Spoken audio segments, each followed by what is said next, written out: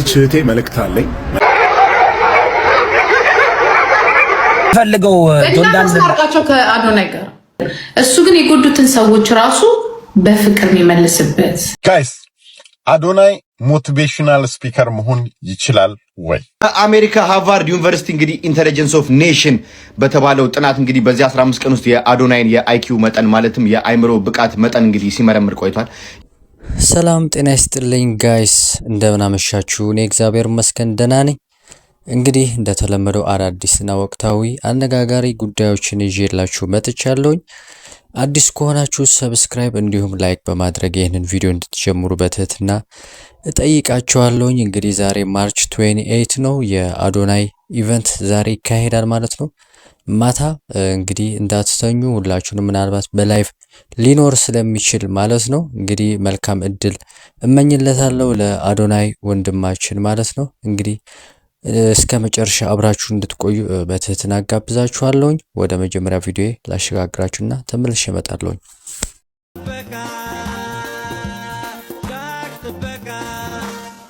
ባክመልስለት ለፈጣሪ ብለህ የወሰድከው ዕቃ አንተ በጋ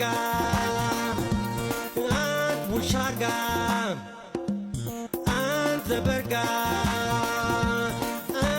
ሻጋ ህገወጥ መነገድ ለአንተም ሆነ ለአገር ምንም የለው ዋጋ። ትንሽ ቀንጨብ ያለች ቪዲዮ ላሳያችሁ።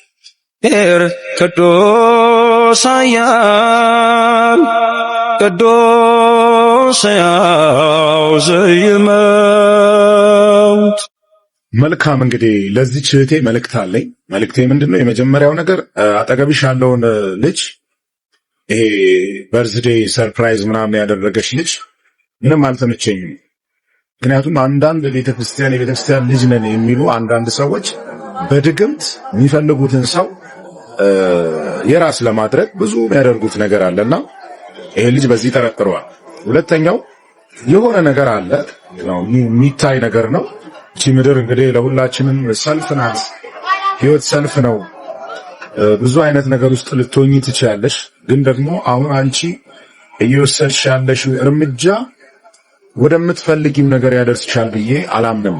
ምክንያቱም እውነተኛ እረፍት የፈለገ ሰው ከእውነተኛው ጌታ ጋር መገናኘት ግድ ነው። እውነተኛ እረፍት እንደፈለግሽ ታስታውቂያለሽ። ነገር ግን ያንን እረፍት በስፍራ ለማግኘት እየሞከርሽ ነው፣ በቦታ ለማግኘት እየሞከርሽ ነው፣ ገዳማትን ያካለልሽ ነው።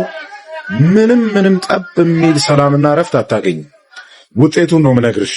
ምክንያቱም ብዙዎች 15 ቀን 21 ቀን 1 ወር ገዳም ገብተው ልክ እንደመጡ ወደ ትናንትና ላይፍ ስታይላቸው ይመለሳል። ይሄ ምንድነው? ጊዜያዊ ነው። እውነተኛ እረፍት፣ እውነተኛ ሰላም የሚጀምረው እግዚአብሔርን ከማወቅ፣ ኢየሱስ ክርስቶስን ከማወቅ። መጽሐፍ ሲናገር እንደዚህ ይላል፣ እረፉ እኔም አምላክ እንደሆንኩኝ እወቁ ይላልና ከዚህ እግዚአብሔር ቃል የምንረዳው ምንድነው? እረፍት የሚጀምረው እግዚአብሔርን ከማወቅ፣ ኢየሱስ ክርስቶስን ከማወቅ ነው እረፍትሽ የሚጀምረው። ስለዚህ እውነተኛ የሆነውን ጌታ ኢየሱስ ክርስቶስን ወደ ቤትሽ ወደ ልብሽ ጋብሽ። የሆነ ቦታ በመሄድ የምታገኘው ምንም አይነት እረፍት የለም። ለ15 ቀን ሪሊፍ ልታገኝ ትቻለሽ። በ16ኛው ቀን ግን እናቴ እዛው ነው። እናንተ ደካሞች ሸክማችሁ የከበደ ወደ እኔ ኑ እኔም ማሳርፋችኋለሁ አለ እንጂ ወደ ገዳም ሂዱ አላለ። ወደ ሆነ ቦታ ሂዱና እረፍት ታገኛላችሁ አለ። ወደ እኔ ነው ያለ። እርሱ ደግሞ በልባችን ቀርቦ፣ ኢየሱስ ክርስቶስ በሁሉ ልብ ላይ ቀርቦ ነው። በደጅ ቆሜ አንኳኳለሁ፣ የሚከፍትልኝ ቢኖር እገባለሁ፣ እራትም አብሬው እበላለሁ ነው። ስለዚህ ኢንቫይት አድርጊው፣ ግባ በይው፣ ና ግባልኝ በይው። እርሱ መንፈስም ወደ ልብሽ ይገባል። የትም ሳትሄጂ የእውነተኛውን ሰላም ማጣጣም ኢንጆይ ማድረግ ትችላለሽ። ጌታ ኢየሱስ ይወድሻል። ተባረክ ጋይስ። ይሄንን የማርያማዊት ጉዳይ ብዙ ጊዜ ሆኖታል። ይሄንን መነጋገሪያነቱ እንደቀጠለ ነው ማለት ነው እስካሁን ድረስና የእናንተ ሐሳብ ትሰጡኛላችሁ። ነገር ግን እዚህ ላይ ምንድነው የራሴ ሐሳብ ለመስጠት ያህል የማርያማዊት ጉዳይ እኔ አይጥመኝም። ለምን መሰላችሁ የማይጥመኝ ምክንያት? ቤተክርስቲያን መሄድ መልካም ነገር ሆኖ ሳለ ነገር ግን ለታይታ ሲሆን ልክ አይደለም ብዬ ስለማምን ማለት ነው። ብዙ ነገሮች ነው እየተደረጉ ያሉት በቤተክርስቲያን ዙሪያ ላይ ብዙ ነገር ነው እየተደረገ ያለው። ለምሳሌ ወደ ገዳማት እየተካሄደ እንግዲህ ብዙ ልክ ያልሆኑ ነገሮች እየተደረጉ ነው ያሉት በሱ ሰበብ ማለት ነው። እና ሁላችንንም እንግዲህ በየቤታችን ሆነን የምናውቀው ጉዳይ ይመስለኛል ይህንን ነገር። ስለዚህ በዚህ አጋጣሚ የማርያማዊት ጉዳይ ልክ ነው ብዬ እኔ በበኩሌ አላምንም። የማርያማዊት አካሄድ እንደ ምናልባት እንደ ማርያም ነኝ ብላ እያሰበች ያለች ይመስለኛል። አካሄዷ እንግዲህ ያ አክት ነው እያሳየች ያለችው ማለት ነውና ልክ አይደለም፣ መመለስ አለባት ብዬ እኔም አምናለሁኝ ማለት ነው። እንግዲህ ማመን በውስጥ ነው ብዬ ስለማምን ነው ይሄንን ነገር መልእክት ማስተላለፍላችሁ ማለት ነው። እና የእናንተ ሐሳብ እዚህ ላይ ምንድን ነው? ምን ትላላችሁ? ከተሳሳትኩኝ እንግዲህ ትነግሩኛላችሁ ማለት ነው። ይሄንን መሆን አለበት ብላችሁ የምታስቡት ነገር ካለ ማለት ነው። ግን ወንድሜ ላይ ቅር የተሰኘውበት አንድ ነገር አለ። እኔ ብዙ ጊዜ ደስ የማይለኝ ነገር ምን አለ፣ አንድ ግለሰብ አንስተ መውቀስ ልክ አይደለም። ለምሳሌ ከማርያማዊት ጋር ያለው ልጅ ስለሱ አንስቶ ያወራው ነገር አለ። ያ ልክ አይመስለኝም። መሬት ላይ ነው እንግዲህ ማየት ያለብን። ሁሉም ነገር ስለጠረጠርን ብቻ መናገር የለብንም። ሰዎችን ይጎዳል፣ ወደ ተሳሳተ መንገድ ስለሚያመራ ብዬ እኔ አምናለሁና ልጁ ምናልባት የሚሰራው ነገር ሊኖር ይችላል፣ እኛ አናቅም። ነገር ግን መልካም ነገር እየሰራውኝ ነው ብሎ ሊያስብ ይችላል። እንግዲህ እስከ መጨረሻው ማየት ነው፣ ፍጻሜው ማየት ነው። ይህንን ልጅ ምናልባት ጥሩ መንገድ ላይ ካለ፣ ጥሩ አመለካከት ላይ ያለ ከሆነ ተሳስቶ ወደ በእኛ ስህተት እንግዲህ እሱ እንዳይደናገርና እንግዲህ ወደ መጥፎ በስሜት ወይም በመናደድ ወደ ሌላ አካሄድ እንዳይሄድ ወደ ስሜት እንዳናስገባው መጠንቀቅ አለብን ብዬ አስባለሁኝ። እንግዲህ የእናንተ ሀሳብ ሰጡበታላችሁ ማለት ነው እዚህ ላይ ጋይስ። እና ወደ ቀጣይ ቪዲዮ ላሻግራችሁና ተመልሼ እመጣለሁኝ ማለት ነው።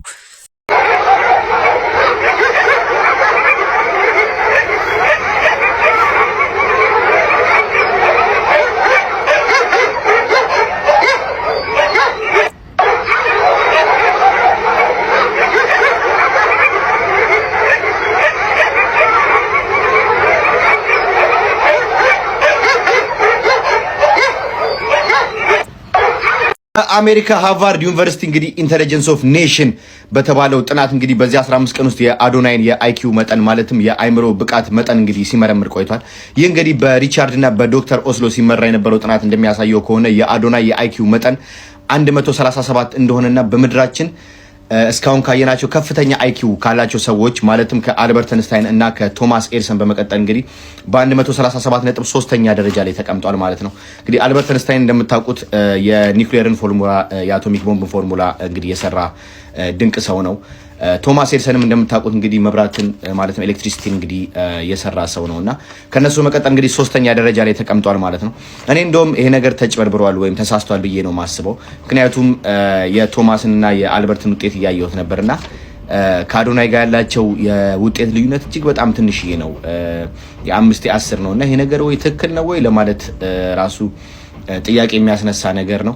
ይሄ ለማንኛውም ደስ የሚል ዜና ነው። በቅርቡ እንደሚበልጣቸውና ከነ ቶማስ እና ከነ አልበርት ከፍ ብሎ አንደኛ ደረጃ ላይ እንደሚቀመጥ ባለ ሙሉ እምነት ነኝ። ይሄን ቪዲዮ እንግዲህ ከምንም ጊዜ በላይ ሼር፣ ኮፒ ሊንክ አድርጋችሁ ለአዶናይም ለወዳጆቹም ለቤተሰቦቹም አድርሱልኝ።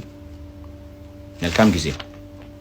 በነገራችን ላይ ጋይስ ይህንን ውጤት እኔ አልስማማበትም ወይም ተጭበርብሮ መሆን አለበት ብዬ አስባለሁኝ። ምክንያቱም ይህ ጥናት እንግዲህ ትክክል ከሆነ አዶናይ በአንደኛ ደረጃ ይቀመጥ ነበር ብዬ ስለማምን ማለት ነውና ይህ ከቀልድ ጋር ነው እንግዲህ እያወራኝ ያለሁት ማለት ነው። እና በዚህ አጋጣሚ አንድ ነገር እስኪ ለመናገርና እናንተን ለመጠየቅ ነው እንግዲህ ይህን ቪዲዮ ይዤው የመጣሁት። እንግዲህ አዶናይ በአይኪው ደረጃው እንግዲህ ከስራው አንጻር ትልቅ ደረጃ የሚሰጠው ይመስለኛል።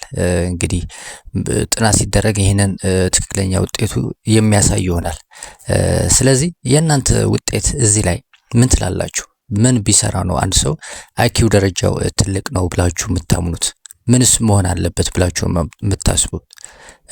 አሉ የጥናቱ መሰረታዊ ጥያቄዎች አሉ እነሱ እንዳሉ ሆነው ነገር ግን ከዚህ ውጭ እስኪ ምን ትላላችሁ? ይህ እንግዲህ እንደ ጥያቄ እንደናንተ ላንሳና ወደ ቀጣይ ቪዲዮ የጂጂ ኪያ ቪዲዮ አለ እሱ ልጋብዛችሁና ተመልሼ እመጣለሁ ጋይስ። ፈልጋችሁ ሰዓት የሚደርስላችሁ እኮ ነው ይወዳም። ይሄ እኮ የሀገር ጉዳይ ነው ገብቷል። ንስጥሮስ ለአይምሮ ስትል ትናገራለህ እኮ ብትናገር ምንሊና አይወቅስም። ምን እንደዚህ አይነት ነገር ለራስህ እንደው በቃ ስለ ሰው ኮንክ እኮ ነው ሊና የሚወቅስ። አሁን የሆነ ነገር እያየ ጥሩ ነገር መሆኑን እያየ መጥፎ ሰው እንኳን ቢያደርገው ማየት ያለብህ እዛ ጋር ያሉትን ይታከማሉ የተባሉትን ልጆች ነው ይድናሉ የተባሉትን ልጆች ነው ገባ። እኛ ራሳችን መጀመሪያ ስንሰድበው እኮ ነበር ኢትዮጵያ በእነ ጆን ዳንኤል የተነሳ አይደለ ተው ምናምን የስለ አካውንት አታውራ እንደዚህ ውሸታም ስንለው ነበር። ግን ላስት መጣና እንዲህ ሲል እንተው አይደል ያለው ይሄ ጥሩ ግን አምኜዋለሁ እኔ ለምን እንደው ታውቃለሽ እሱን መደገፍ ሲጀምር አካውንቴ ሪፖርት መደረግ ጀመረ። አንቺ ሪፖርት አልተደረገብሽም? አልቀዘቀዘብሽም? ብዙ ችግር አልደረሰብሽም? እኔ አሁን አይቼውም አላውቅም። የኔ አካውንት እኮ ታውቃለሽ በዩ ጩፋና በዮናታን አክሊሉ አስፈስቼ ነው አካውንቴን እስከዛ ድረስ እንትን ያልሆነው። የምትለጥፈው አሁን እኔ ለምሳሌ እንደዚህ ክፍት ምናምን እንጂ ያደርጋሉ ፈልገው ዶንዳን አስታርቃቸው ከአዶናይ ጋር አስታርቃቸው አልተጣሉም። ኖ አልተጣሉ አይደለም መጣላት አልተጣሉ የሚያጣላቸው ሰዎች አሉ ገባ በቃ የሚታረቁበትን ነገር እሱ አሁን መሰለሽ ይሆናልኝ አሁን ጆን ዳንኤልም ሁለቱ የተለያየ መንገድ ስሚ ሁለቱ የተለያየ መንገድ ነው ያላቸው። አንደኛው ጌመር ነው አንደኛው የጌመርን እንትን የሚያረግ ሰው አንደኛው ደግሞ የተለየ ሁለቱ ምንም ያገናኛቸው ነገር የለም። የሚያገናኛቸው ወይም ደግሞ ያገናኛቸዋል ተብሎ የሚጠበቀው ሁለቱም the same ሴት ዴት ስላደረጉ ነው። ኖ እሱ አይደለም የናዶናይና የጆን እሱ አይደለም አሉ ከኋላ ሆኖ ይሄንን ነገር ሆን ብለው የሚፈልጉት በቃ ፑሽ የሚያደርጓቸው ገባ። ይሄዱና ወሬ ለዛ ይሄንን ለዛ የሚያወሩ አሉ ገባ። እነዚህ ልጆች ግን ፒስ ቢፈጥሩ እመነኝ እኔ አሁን አዶናይ እየገባው ይመስለኛል አይቶ ምክንያቱም ልጁ ብትመክረው እኛን አይሰማን። በራሱ ዛቢያ የሚሄድ ሰው ነው ይመቸው። እኔ አሁን ትክክል ነው በቃ በራሱ ዛቢያ ሄዶ ማለት አዲስ ነገር ሊሰራ ይችላል እኮ ታውቃለህ አይደል? አይ ኖ እኔም በጣም ይሰማኛል። አዲስ ነገር ፈጥሮ ዋው አስደመመልን ልንል እንችላለን። ክብታ እኔ የምለው ምንድነው አዶናይ በጣም ምክር ይሰማል። አንድ አድቫይዝ መስጠት እፈልጋለሁ ስለ ቱሩ የሚጠቅመው አድቫይዝ ነው። ምናልባት አንዳንድ ያውቀው ሊሆን ይችላል ካላወቁት ምክር ይመከር እንትን አድቫይስ ልስጥ ያው ሰገጥ ያለ ነው ተራክቷል እንኳን እንዲመከር አይደለም እናቴ ላይቭ ላይ አይሁን ኖ አማራጭ የሆነ ነገር ካለ እንደዚህ ተሰጣው ነው።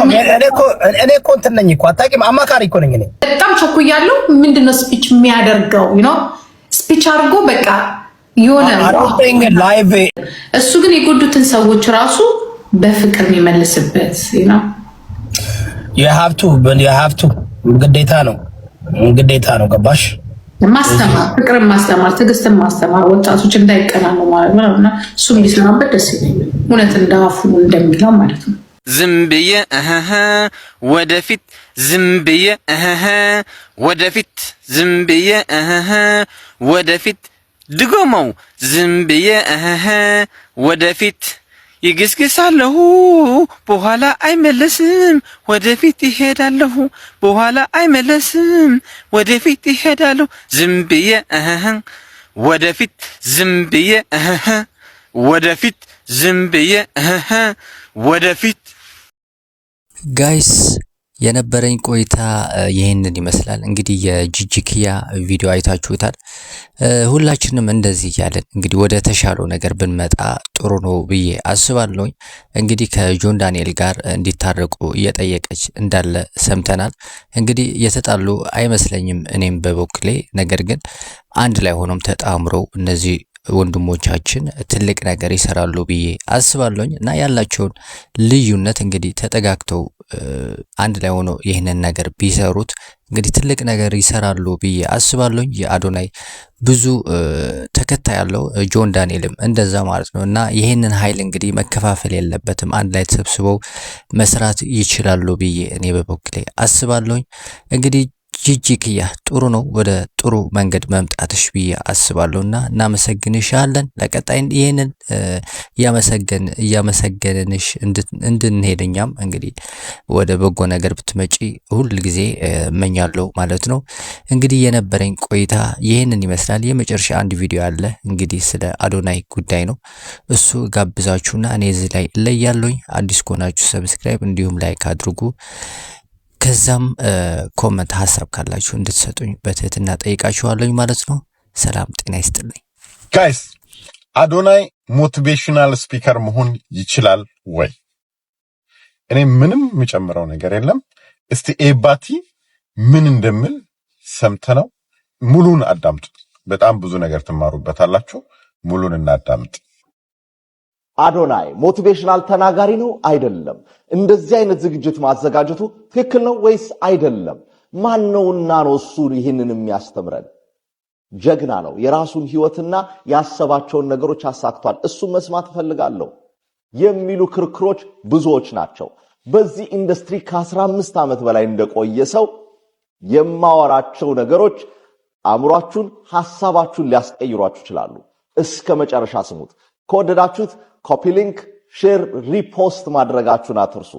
ኮሜንትን ብትልኩልኝ ማንበብ ደስ ይለኛል። በመጀመሪያ ደረጃ ሞቲቬሽን ራሱ ምን ማለት ነው? ማነውስ ሞቲቬሽናል ተናጋሪ ነው የሚባለው? እሱን በመረዳት እንጀምር። ሞቲቬሽን ቀጥታ ቃሉ ማነቃቃት፣ ማነሳሳት ሲሆን ሞቲቬሽናል ስፒከር የሚባለው ወይም ተናጋሪ የሚባለው ሰው ደግሞ ለሆነ ዓላማ መልካምም ሊሆን ይችላል፣ መጥፎም ሊሆን ይችላል የሚያነሳሳ ኦራተር የሆነ መናገር የሚችል የመናገር ለዛ ችሎታው ያለው ሰው ሆኖ ሰዎችን የሚያነቃቃ የሚያነሳሳ ያንን ዓላማ ማሳካት እንዲችሉ የሚያበረታታ ሰው ማለት ነው። እንግዲህ በዚህ ዴፊኒሽን መሰረት አዶናይ ይህንን ነው ወይ? ሞቲቬሽናል ተናጋሪ ነው ወይ? አነቃቂ ተናጋሪዎች ወይም ሞቲቬሽናል ተናጋሪዎች የምንላቸው ሁሉ በሳይኮሎጂ የተማሩ በዚህ ዘርፍ ትሬንድ የሆኑ ላይሆኑ ይችላሉ።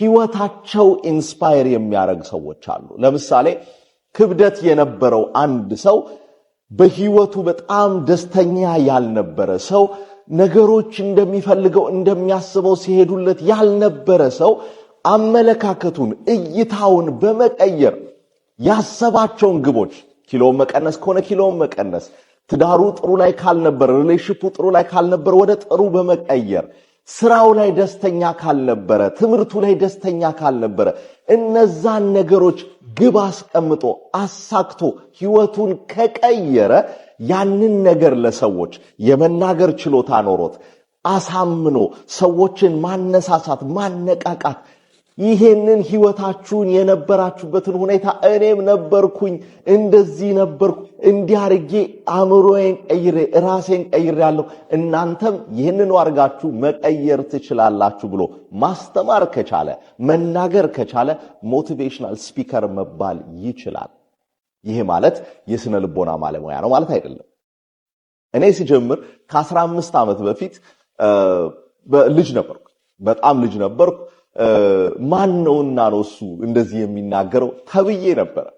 ምክንያቱም ኮረስፖንድ የሚያደርግ ትምህርት አልነበረኝም። በጊዜው ሶሲዮሎጂ ነበር የተማርኩት። ነገር ግን የስነ ልቦና በጣም ፍቅር ነበረኝ። መጽሐፎች አነብ ነበር። በህይወቴ ደስተኛ ያልሆንኩበት ህይወቴ ወደምፈልገው እየሄደ አልነበረም ብዬ የማስብበት ጊዜ ነበር። ያንን አሸንፌ መውጣት ቻልኩኝ። ራሴን አልወደውም ነበር። ራሴን መውደድ ማፍቀር፣ ተመስገን ስለፈጠርከኝ ተመስገን የራሴ ስላረከኝ ማለት የምችልበት ደረጃ ጋር ስለደረስኩኝ ያንን ለሰዎች ማጋራት የሰልፍ ኢሜጃቸውን እንዴት ማስተካከል እንደሚችሉ ማስተማር ነበር የጀመርኩት። ከዛ በኋላ ነው የስነ ልቦና ትምህርቶችን እየተማርኩ ማስተርሴን ፒኤችዲ ደረጃ የስነ አእምሮ ትምህርትን መማርና ራሴን የበለጠ ማብቃት የቻልኩት። ነገር ግን በነዛ ጊዜያት ውስጥ ብዙዎችን ማነቃቃት ተችሎ ነበር። ብዙዎች ህይወታቸውን እንዲለውጡ ምክንያት ሆነው ነበር የምናገራቸው ነገሮች። አዶናይ በህይወቱ የቀየራቸው ነገሮች አሉ ወይ? ግብ አስቀምጦ ያሳካቸው ነገሮች አሉ ወይ? ስለዚህ ያንን ለሰዎች ማነሳሳት ማነቃቃት ይችላል ወይ? እሱንስ እያደረገ ነው ወይ የሚለው ጥያቄ ጋር እንሄዳለን። ቪዲዮዎቹን ስንመለከታ ከድሮ ጀምሮ ሲወድቅ ቪዲዮ እየሰራ ነበር፣ ሲያዝን ሲሰበር ቪዲዮ እየሰራ ነበር። እኛ ያለንበት ሁኔታ ነው ብለው ሰዎች እንዲያዩ የሚያደርግ ነበረው። ከዛ በኋላስ መናገር ብቻ ሳይሆን ራሱ ላይ ህይወቱን ቀይሮ ማሳየት የቻለ ሰው የራሱን ለምሳሌ ከክብደቱ ጋር የነበረው ከዲፕሬሽኑ ጋር የነበረው ከነበረበት የኢኮኖሚክ ሁኔታ የነበረውን ብሎም ደግሞ የሚሰራውን ነገር በሀገር በዓለም ደረጃ የነበረውን ፕሬዘንስ ሰርቶ የቀየረ ብሎም ደግሞ ያንን ተናግሮ የመናገር ችሎታ ስላለው ሰዎችን ማነሳሳት ማነቃቃት እናንተም ማድረግ ትችላላችሁ፣ እኔ የተለየ ነገር አይደለሁም፣ እኔ ይህንን ማድረግ ከቻልኩ እናንተ ከዚህም በላይ ማድረግ ትችላላችሁ ብሎ ማነሳሳት ይችላል። ምናልባት አንዳንድ አስተምሮቶቹ ላይ ላልስማማ እችላለሁ፣ ከሱ ጋር አይደለም ሲዝን እንዲሆኑ ማለትም ረጅም ዓመታት የቆዩ አስተማሪዎች አሰልጣኞችም ጋር አንዳችን ከሌላኛችን ጋር ሜተድ ላይ ልንለያይ እንችላለን። አንዳንድ አስተምሮቶቻችን ላይ ላንስማማ እንችላለን። በዓለም ደረጃ አሉ የሚባሉ አስተማሪዎችም ጋር አይ ይሄ ትምህርታቸው አይመቸኝም፣ ይሄ ነገራቸውን ግን እንወዳለን ብለን እንላለን፣ እኛም በኢንዱስትሪው እንደቆየን ሰዎች። ነገር ግን ይህ ማለት ኮምፕሊትሊ ያንን ሰው አትስማሙም ትጠሉታላችሁ ማለት አይደለም። ስለዚህ ጥሩን ነገር በመውሰድ ጥሩ ያልሆነ ወይም ያልወደድነውን ነገር ደግሞ ይህንን ፓርት አልወደድነውም አሻሽለው ብሎ መንገር መልካም ነው። ማሳደግ የሚባለው ይሄ ነው። የራስን ሰው እናሳድጋለን እንጂ አንገፋም የሚል አቋም አለኝ ፐርሰናል። አዶናይ ይህንን ዝግጅት እንደሚያዘጋጅ ስሰማ በጣም ነበር ደስ ያለኝ። ምክንያቱም ቤተሰቦቼ ልጠይቅ መጥቼ ሳላቀው 1 ዓመት መቆየት ኖሮብኝ እዚሁ ቆይቻለሁ። እዚሁ በቆየሁበት ጊዜ ውስጥ ኮሚኒቲያችን ውስጥ ያሉትን ፍላጎቶች ኒዶች አይደንቲፋይ ማድረግ ችያለሁ። እንደዚህ አይነት አነቃቂ አነሳሽ አይነት ንግግሮች እጅግ ብዙ ነው የሚያስፈልጉት። የአዶናይ ብቻ አይደለም፣ ብዙዎች ማዘጋጀት አለባቸው። ብዙዎች አእምሯችንን ሰፋ የሚያደርጉ የሚያሳዩን መልእክቶችን ሊያቀርቡልን ይገባሉ ብዬ አስባለሁ። አዎ አንዳንድ እሱ ከዚህ በፊት በተናገራቸው ነገሮች አላምንባቸውም፣ እማልስማማባቸውም ነገሮች አሉ። ይሄ ማለት ግን ሙሉ በሙሉ እሱን አላምንበትም ወይም እሱን ትክክል አይደለም ብዬ እገፋዋለሁ ማለት አይደለም። ቢልድ ያደረጋቸው ነገሮች በህይወቱ የገነባቸው ነገሮች እንዲሁ እንደማይመጡ አውቃለሁ። ሳይንሱን አውቀዋለሁ፣ በህይወቴ አድርጌ አይቼዋለሁ፣ አስተምሬው ለውጡን አይቻለሁ።